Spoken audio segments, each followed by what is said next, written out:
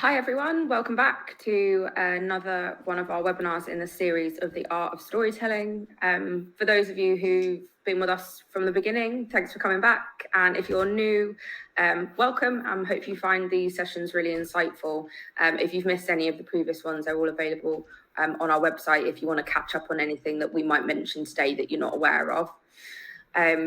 Just a little bit of housekeeping. So this session is scheduled to be slightly longer than our previous sessions. So we could have a runtime of up to 45 minutes. This is mainly because we haven't had time for any Q&As in any of our previous sessions. So just gives us a little bit of leeway in case any of you have any questions. If you do have any questions, just pop them in the comments and we'll come back to them at the end. And I'm going to hand over to Andy, who's going to be doing the majority of the talking today. And he's going to be taking you through step-by-step guide of how to craft these brand stories that we've covered off in our previous sessions. Amazing. Thanks, Danielle. Let me just arrange my window here. There we go. So this is a sequence of storytelling webinars, as Danielle mentioned, that we've covered off over the last sort of 3 or 4 sessions. We'll share the other links. If anybody's new to us today, we'll share those links with you. So just a quick recap then, first of all. Why are we talking about storytelling and why is it so important? Well, first things first is a lot of people that are attending the webinar and a lot of people that we speak to in the e-commerce world are doing the same stuff. So it blends into all the other brands that are saying the same thing in the same way. And what storytelling allows us to do is get some cut through. It allows us to sound different. It allows us to have a personality. And that's vital to attract new customers. Because if you speak to any sort of marketing team, I'm sure we all agree that new customers is primarily the way that true scale, the really aggressive growth is going to come. It's not by selling more to a limited base of customers, which actually, if you think about it, your customer base generally shrinks over time and doesn't just naturally grow unless you're doing something about it. So if you do what you've always done, you'll get what you've always got. So there's a few other considerations. Let's just look at the 3 whys, first of all, in following on this line of thought. Why change? So over the last 20 years, we've spoken to many, many hundreds of e-commerce brands, and generally, there's normally 6 areas where they struggle or fall down or reach a point of pain where they can't get past. First one is that they get to a growth ceiling and they can't get past it. So they're a startup maybe, and they've experienced really impressive organic growth potentially up to a certain point, maybe 500,000, maybe 1 million, and they get to these ceilings where they can't go past. Now, classically, the ceilings are normally 1 million, 2 million, 5 million, 10 million, and then 20 million. And normally each of those stages, it's normally the same reason as to why they can't get past that. The second one is creative limitations. So in order to engage, we've got to entertain. And most ads, I'm sure we all get hit with many, many, many ads. I'm sure most people appreciate that most of the ads that we get hit with are not really entertaining or engaging, and they don't stop us in our tracks. So that's and there's a lack of skills either within the brand or not quite sure of how to do that and what the direction is. And that's what we're going to cover off today. Third one is looking for a way out of what I call a discounting spiral and we all, if we've worked in multiple brands, we all know what this is. It's a space where the board, the powers that be put an emphasis on growing top line revenue for various reasons, whether it's to gain investment or to for a better cash flow or whatever the case may be. But ultimately, what happens is the marketing teams then are forced to chase top line growth rather than bottom line long-term sustainable growth. And what tends to happen is that they put discounts, they really hammer Black Friday really, really hard, which is topical this time of year. They have a sale at the end of every month. Payday sales are really quite popular with these sorts of brands. And once you're in that spiral, it's very difficult to stop and reverse that. Storytelling is really good for that. Poor long-term future values. So the brands tend to look for a way of increasing order value and aren't quite sure how to do that. Or also they're looking at products, particularly in the luxury space, where average order values are really high and therefore long-term value of customers can be really high. It's brands understand that, but not quite sure how to grow those two ends of the spectrum. Often there's poor return on ad spend, and also a lot of the time which will come on to this a little bit in the why now section next, but often there's a new brand that is moving into what is already an existing busy space. So even if you've got a niche, product, most likely these days, as e-commerce has grown and grown and grown over the last sort of 20, 30 years, most likely you're going to be into a busy space. And so what does the launch strategy look like? And again, creating a narrative and creating a story is a really, really good way to do that. And I've spoken to a few people on the webinar, and I know that they're in that space, which is great. They're a new brand and they've got a story already, which is amazing, which is unusual, but is amazing. It's really good. So that's why change. That's normally the 6 areas that brands feel that they need to do something different or need to change direction. Why now? Well, often it's back to the growth ceiling. So they've tried lots of different things, and right now they've drawn a blank and they've gone and just don't know where to turn or what the problem is. And so it becomes immediate, and often investment is sought. So the marketing teams go to the board and say, look, we can't get past this point. We think we need some investment. So the board and CEOs and CFOs then go away and find some investment and give the investment back to the marketing team and say, right, what do we do now? So it becomes immediate, the need to do something new and brave and different. And then the second thing is new brand. So why now? So if you're a new brand, you haven't really got a choice. Now is the time when you've got to act and you've got to create something different to get that cut through. And then why storytelling is the final of the 3 whys. Really, we've just discussed this in the last slide. True growth comes from how we can reach out and build new audiences, whether you're a new brand or an existing brand, not just selling more to the same. So the purpose of the next sort of 10, 15 slides, or 10 slides rather, is to tell you how to do it. And now this is based on how we do it, and there's some examples of how we do it. But the main thing from the next sort of 20 minutes or so is that you guys can get a framework that you can go away with and think about and implement in your own businesses. So I always like to break it down into numbers. So there's 6 stages that we've broken our system down into, and there's a sequence. So the first stage is audience. We need to know who they are. So I'm going to show you how we find that. There's some quite interesting tips and tricks of how we do that. Why you exist as a brand, so your why. Why should people care? We need to find that and identify that, and sometimes that's easier than others. Then we need to create a narrative from it. We'll show you how to do that. Then we need to engage and entertain, and we'll show you how to do that. And then this isn't really a stage, it's just a sort of a sense check thing to make sure that we're not trying to create the next Martin Scorsese epic. We're just looking at a very short window of time that we've got to capture some people's attention that don't know us. They're new customers, they're a new audience, and we've got to grab them very quickly, and we'll show you how we do that. And then finally, now this really is a webinar all on its own. So maybe, Danielle, that's our next webinar in 4 weeks' time. That could be a good one, which is once you've done all of this, it's sat on your desk. It's not gone anywhere yet. So how do you identify the audience through channels and what channel mix to use? So we're going to get into that as well. Let's start with audience. So I get a lot of questions like this. So yeah, we know our audience. It's 18 to 24 females living in Los Angeles. They earn more than $50,000 a year. They like to rollerblade and swim on the weekends and all this sort of stuff. And that's great, and that's important. But we need to add another element to this, and that is one of profitability and revenue. So we need to find the audience that is most profitable and most valuable. Because what we're going to do is we're going to connect the entertainment and what motivates them into the audience. So the story we're going to write specifically for them. We may well be able to entertain everyone, but the chances are that we're probably not. So we need to try and zoom in on some on particular profitable segments. So how do we do that? So there's 3 areas to look at.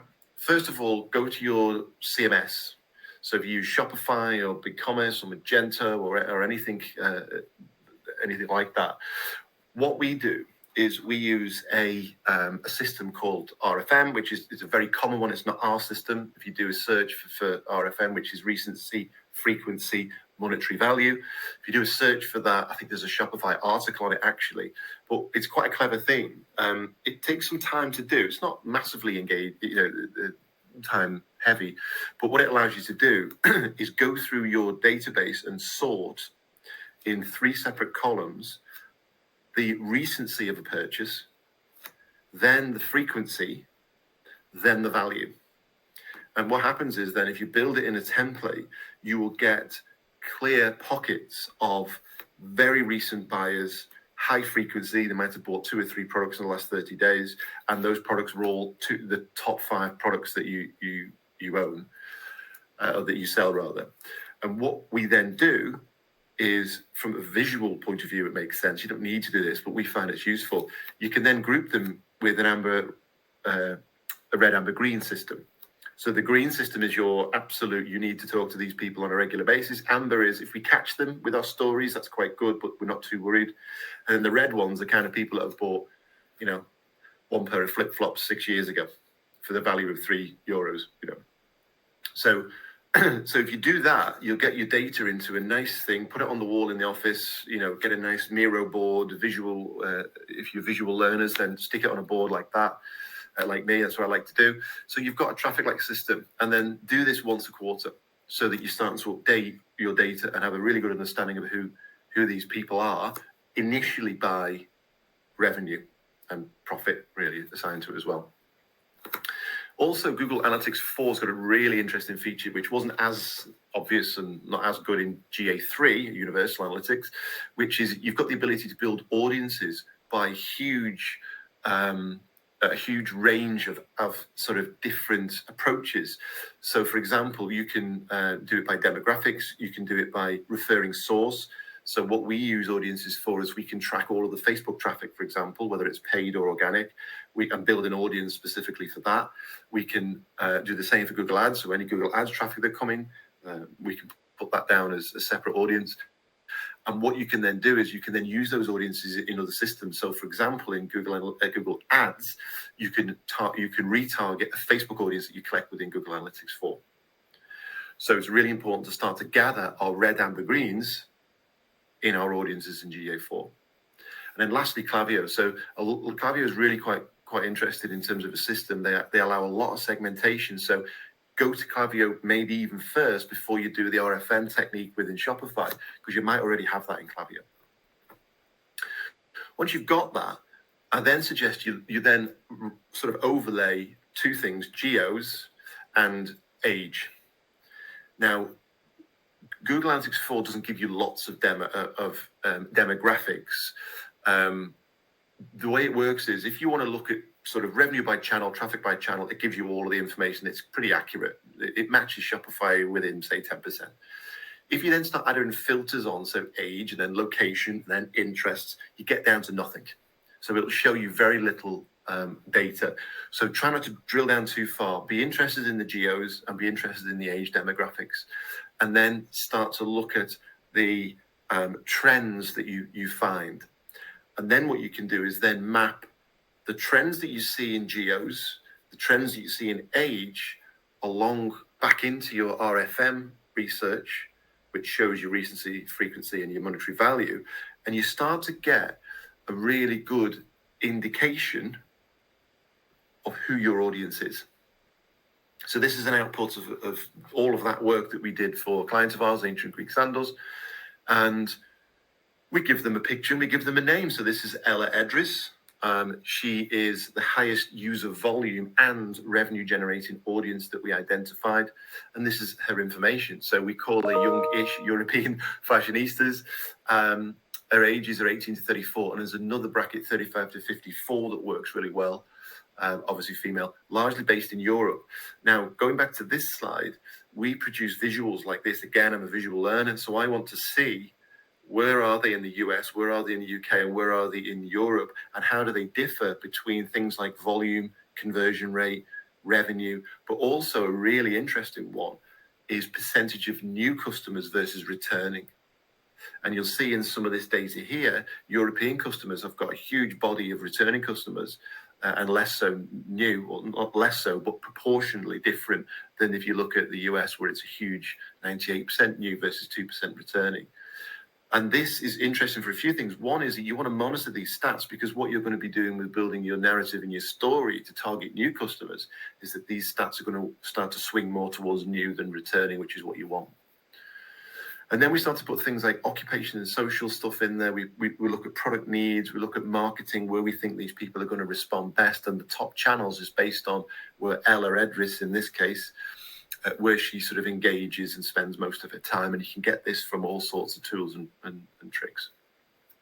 So we need something like this. And there might be 2 or 3 of these. There might be 4, 5, 6 of these, depending on how many SKUs you've really, because if you've got 100,000 SKUs, ranging from pencils to deck chairs, you're going to have very different views on that. If you're a luxury retailer, which is most of the clients that we deal with, you're going to have much less SKUs, but even so, you could have a very different product-based targets in different personas. So make sure you try and cover all of those.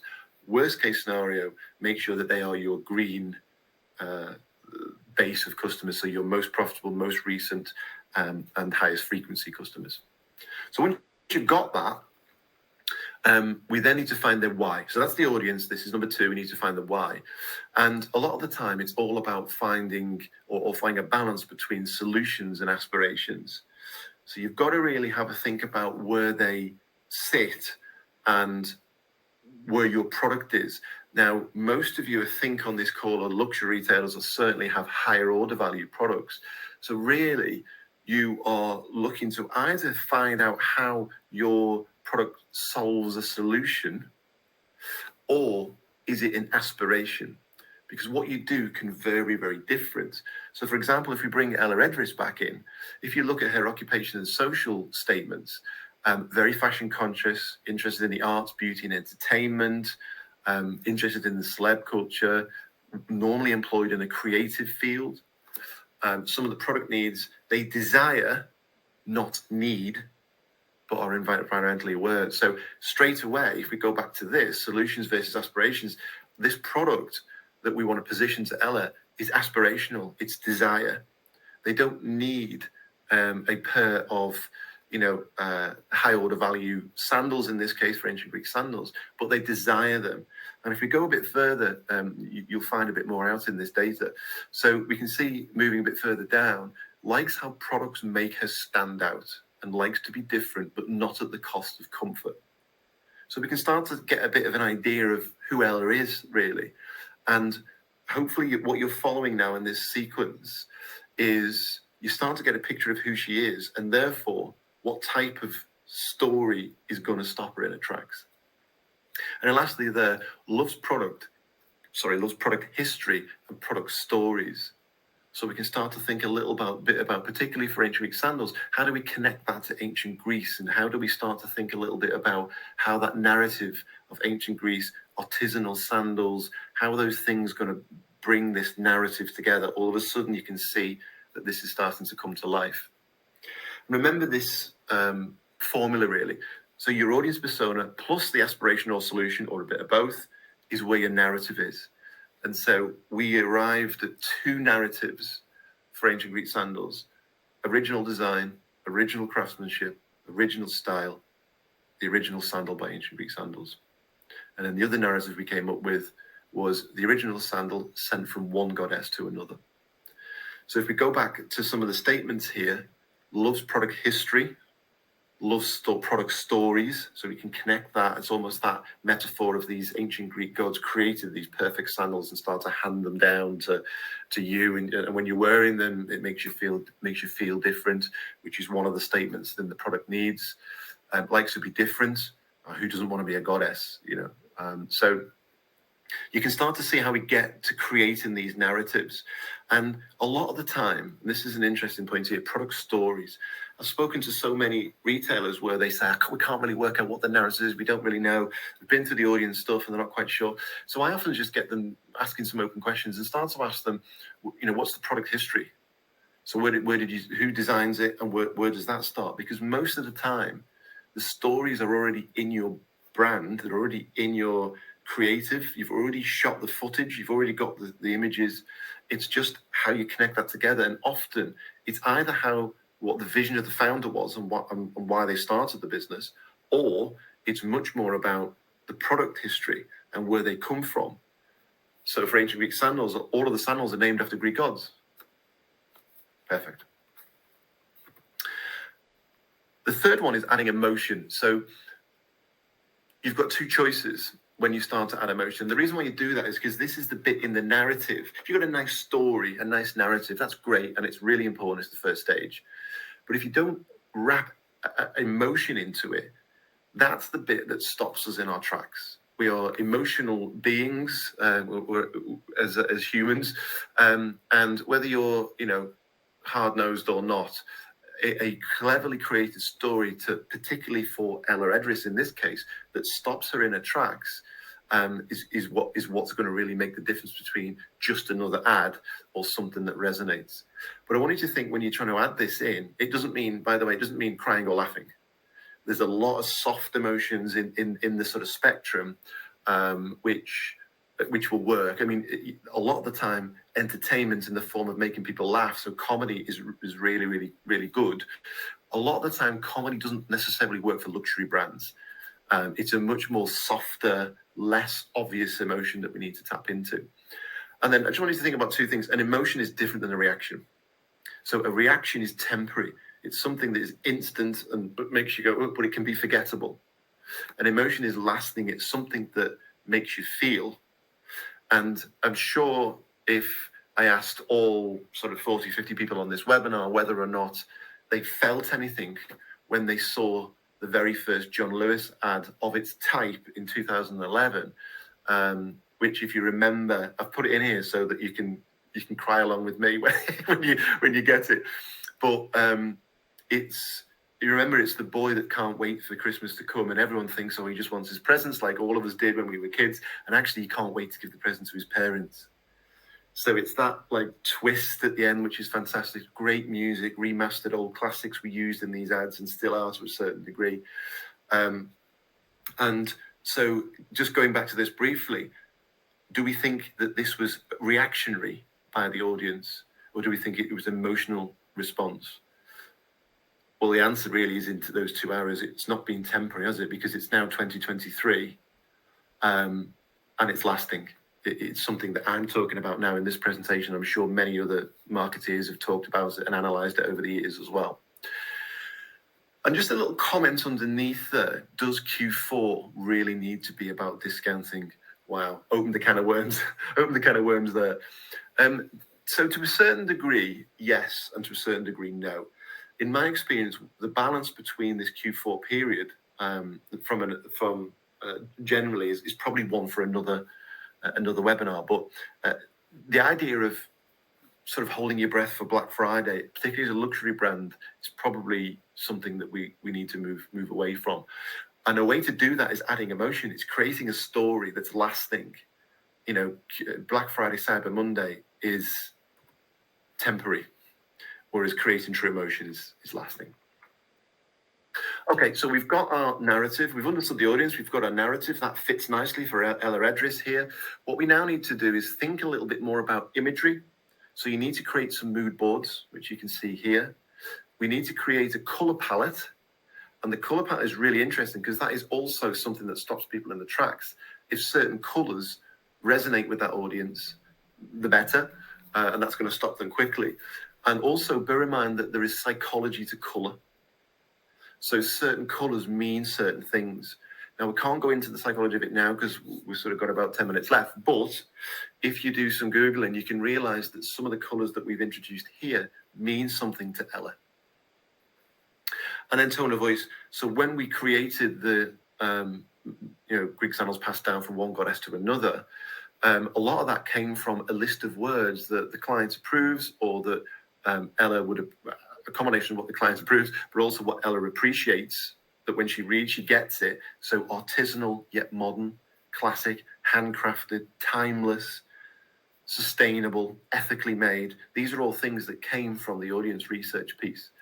So we've now got a really good insight as to the emotion side of it, who they are, what motivates them, the narrative, the building blocks of the creative, so the imagery that we're going to use, the colors that we're going to include, and the tone of voice of messaging. So you can see by the time we get to this stage, we're kind of ready to go and produce some creative. So I'll just play in maybe one or two of these and just see if you can see some of that sort of path that's led us to this point. So I'll play the first one.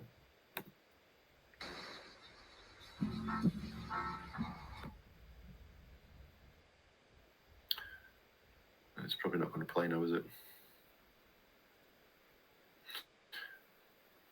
Yeah, but anyway, you get the idea. So what we'll do is when we send these, I think it's probably sharing the file maybe on the screen share. So when you get them, they've got sound, they've got movement. There's 3 examples there of different types of creative doing different things, but they all appeal to Ella, and they're part of the narrative that we've just discussed. Lastly, what we get to is channel distribution. Now, again, this is something that I alluded to at the start. I think it's something that we possibly want to do as a separate webinar because it's massive. And it's also the bit that, again, tying back to the start, if you do what you've always done, you'll get what you've always got. People tend to use Meta and YouTube and Google Ads and all the other channels in exactly the same way. And they tend to position content at the bottom of the funnel. So they, first of all, don't have this storytelling narrative. And second of all, they then they default to, well, let's just put some ads, buy one, get one free, or let's just put 10% off your first order and let's see whether Meta works for us and let's see whether this works, without really connecting anything together. So there needs to be this system where you've got ads that are positioned at the top of the funnel, those that are positioned at the middle, and those that are positioned at the bottom, that all have different purposes. So I think sometimes marketing teams understand that they need full of funnel approaches, but then they're looking to measure return on ad spend from an awareness ad. It's not going to work. So when you start to move further up the funnel, you need to look at things individually, separately, and measure them. So for example, upper funnel activity, which this is, the storytelling element is very much more about impressions. So reach, possibly clicks, but less so, but reach is important. And if you've got a video, let's see how far people are getting through the video and how engaged they are. So click-through rate becomes important to this layer as well.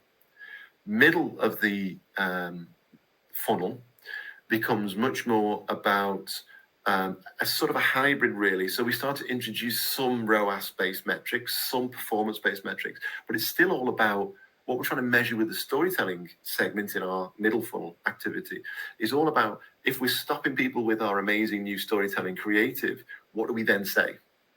So we've then got to create a middle funnel that takes them on our journey with us. And that's a combination of more ads. It's a combination of more storytelling, more behind the scenes, interviews with the CEOs, marketing teams. It's all this sort of ad that sits in the middle. So we're most interested in the middle section, or what we call our storytelling segment, is all about hand-holding. And therefore, we want to see how many people in the sequence of ads in the middle funnel, how many of those have been watched, how long, what's the click-through rate through to the website to find out more. So our call to actions in the upper and the middle funnel is all about find out more. It's not buy now. But if you think about it, by the time that we've produced some upper funnel activity, we've told our story during the upper and middle, by the time they get to the bottom, in theory, they should be, take my money. And what happens as it stands at the minute is people use Meta and they use ads and they use YouTube, which is obviously part of the Google Ads platform now. They use those segments to try and mop up all of the in-market people without really considering, hang on a minute, we need to talk to more people further up the funnel. Because what happens is the bottom of the funnel gets wider and wider and wider, and you get more revenue and more revenue and more revenue. If you get the upper funnel more accurate and more correct. So the answer to this particular slide was all about how do we use it in terms of distribution. So a great cost-efficient way to distribute video-based creative that is upper funnel, which we call the build stage, and middle funnel, which we call storytelling stage, is generally through Meta, so across Facebook and Instagram and YouTube, whether it's shorts or your full YouTube channel, they are really good visual ways to almost single-mindedly just prospect to new customers. So one of the settings that we'll go into this in another webinar because we kind of run out of time, but one of the things to think about is you should really have your existing account set up with your sort of bottom funnel conversion ads. Leave those where they are. They don't need to change for now. What you should see is they will get bigger and bigger and bigger as you get further up the funnel. But the middle and upper funnel should purely be prospecting, really, particularly the build stage at the top. That should be entirely prospecting. And you can do that within the settings within Meta, the ad platform. You can do the same within Google Ads. We'll come to that in a second. So you really want to just prospect. And what you want to do with your storytell is retarget those people that you've built. You don't want to prospect in your storytelling because it's going to be confusing. It's a bit like, hang on, why am I seeing the fan of a brand? What's going on here? But if they've seen that initial build ad first, it's going to make them go, wow. So we need to think a little bit about that and what we use those channels for, purely to target new.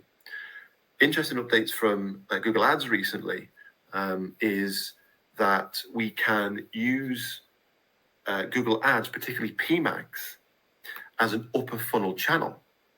Now, typically Google Ads has been bottom funnel, in-market people type in Greek sandals, buy now, and it's important that we mop all those people up.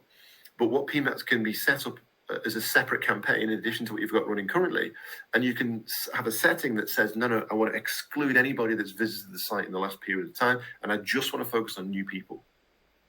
So now you can have 3 different places where you can target upper funnel build activity, new customers entirely, and you can start to see the impact that has on the wider business.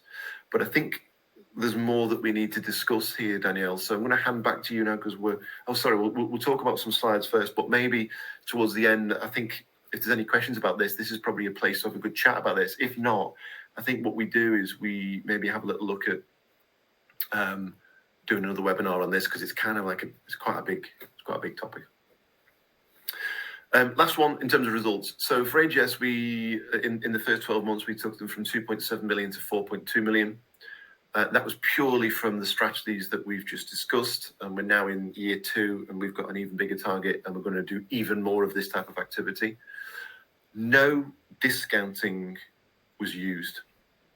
So to get that top line revenue growth, we did not use any sort of discounting. So bottom line growth was in line with this, which is interesting.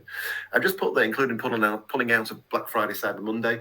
We're not entirely pulling out of that, but we're doing significantly less this year, and we'll do significantly less next year. So the Black Friday, Cyber Monday approach here is just to look at certain lines that we're going to discount, but not site-wide 50% off or anything like that, because we've got a huge base of new customers built up now. And what we don't want to do is then give every new customer from Black Friday a huge discount and leave them feeling like, well, I'm just going to wait till Black Friday next year now. So that's the really important balance about Black Friday. And this is why I said at the start, Q4, is this really a discounting period for luxury brands? I'm not sure it is. Huge growth of new versus returning, obvious, and now selling to more countries than we ever did before. And we're telling our stories in multiple languages that we've ever done before. Hope that's been useful. Danielle, I'll pass back to you.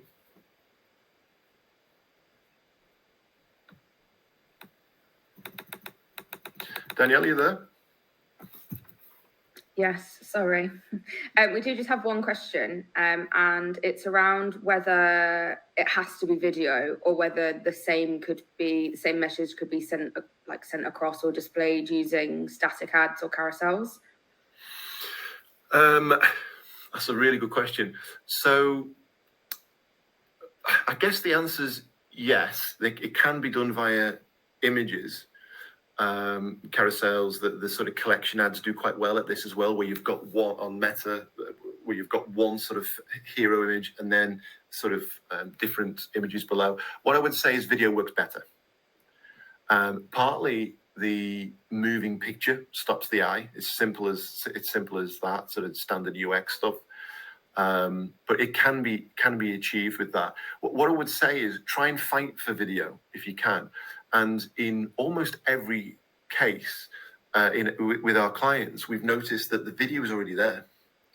So Danielle, you do lots of editing for clients on this for us, and most of the time we just send you a big sort of vat of images that they've taken, and a lot of the time the video is, as you know, is just what the photographer, not a videographer, what the photographer's taken at the recent shoot, and he's just left the camera running because he's looking for the perfect shot to take out of edit later on.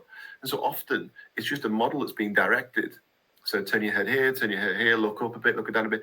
But when you look at the video, it looks like it's a video that's been shot for that purpose. So what you do, Danielle, really well is you then chop that up in some skillful editing and make it, and we can use elements that match the story that we're trying to create.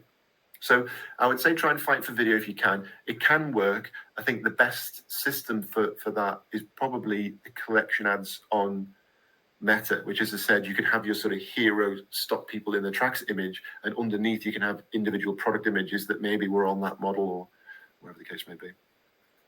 Yeah, just to add to that, kind of with my own opinion, I agree that I think video is always best. It's also got that kind of auditory element to it. So, you know, a person's attention is split between their eyes and their ears. So, you know, if it's not eye catching, it might be ear catching if you're using, you know, certain audio or certain music or things like that. So definitely saying, as you said, to fight for video if you can. And if you're not able to use video and you are kind of stuck with static, making sure that they're really, really impactful. If it's for luxury retail, making sure that the images are of a really, really high quality, and kind of really investing in proper photo shoots and proper photographers if that's the only route that you can go down. Think about a video in the sort of digital world as a bit like how you go out in a restaurant and eat a meal. It's a sensory experience, isn't it? You don't just use taste. It's sight, it's smell, it's everything that goes into it. And video ticks more of the sensory boxes for the viewer than an image does. And so if the whole concept of this storytelling narrative is to target new customers, we've got to stop them quickly. And by targeting more of their senses, we're going to do that. Great. So that's it for today. We have finished a little bit earlier than the 45 minutes, so you can all get back to work. If anyone thinks of any other questions, feel free to get in touch with either myself or Andy, or dropping us an email at info@revenuegrowth.agency. If you have registered but you've not been able to attend live, you'll be watching this on demand. I'm going to send it across to everybody with a quick follow-up with the slides as well, so that you can have a look at those creative examples that we weren't able to show today. And keep your eyes peeled for the next webinar in this series. Thanks a lot. We'll see you soon. Bye, everyone.